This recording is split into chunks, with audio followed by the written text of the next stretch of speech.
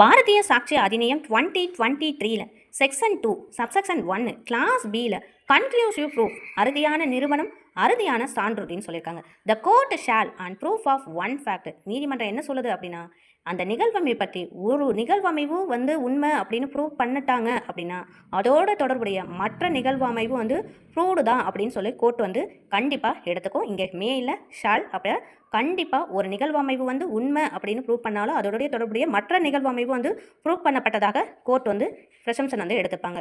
இதை டிஸ்ப்ரூவ் பண்ண கோர்ட் அனுமதிக்குமா அப்படின்னா and shall not allowed disproving it அப்படின்னு சொல்லியிருக்காங்க. கண்டிப்பாக இதை டிஸ்ப்ரூவ் பண்ணுறதுக்கும் கோர்ட் அனுமதிக்காது அப்படின்னு சொல்லி நம்ம ஏற்கனவே இந்த க்ரூவல்ட்டி ஹராஸ்மெண்ட் டவுரி டெத்தை பார்த்துருக்கோம். அந்த க்ரூவல்ட்டியும் ஹராஸ்மெண்ட்லையும் இந்தியன் எவிடன்ஸ் ஆக்ட்லையும் இப்போ பிஎஸ்லையும் எப்படி ப்ரெசம்ஷன் எடுக்கிறாங்க அப்படிங்கிறத நம்ம பார்த்துருக்கோம். செக்ஷன் 113B இந்தியன் எவிடன்ஸ் ஆக்ட்லையும் இப்போ பிஎஸ்ல 118லையும் அந்த ப்ரெசம்ஷன் எப்படி அப்படின்னா ஒரு பொண்ணு திருமணமான 7 வருடத்துக்குள்ளே அவங்க பாடிலி இன்ஜூரி பாண்ட்ஸு அன்நேச்சுரல் சர்க்கம்ஸ்டான்ஸில் அவங்க டெத்து ஆகியிருக்காங்க அப்படின்னா அவங்களுக்கு மேரேஜ் ஆன 7 இயர்ஸில் அவங்களுக்கு பாண்ட்ஸ் ஆர் பாடிலி இன்ஜூரி தீக்காயமோ இல்லை உடலில் கொடூரமான காயங்களால் அவங்களுக்கு இயற்கைக்கு மாறான ஒரு இறப்பை ஏற்பட்டிருக்கு அப்படின்னா கோர்ட்டு அது எப்படி பிரச்சனை எடுத்துக்கோ அப்படின்னா அது ஒரு டவுரி குரூவல்ட்டியாகவும் ஹராஸ்மெண்ட்டாகவும் எடுத்துக்கும். அப்போ இந்த இடத்துல அவங்க டவுரினால தான் இறந்துருக்காங்க, குரூவல்ட்டியால் அந்த ஹராஸ்மெண்ட்டால் தான் இறந்துருக்காங்க அப்படிங்கிறத கோர்ட்டு ப்ரெசம்ஷன் எடுத்த பிறகு அதை டிஸ்ப்ரூவ் பண்ண ஏதாவது கொடுத்தா டாக்குமெண்ட்டை அட்மிட் பண்ணிக்குமா அப்படின்னா கண்டிப்பாக அட்மிட் பண்ணிக்காது.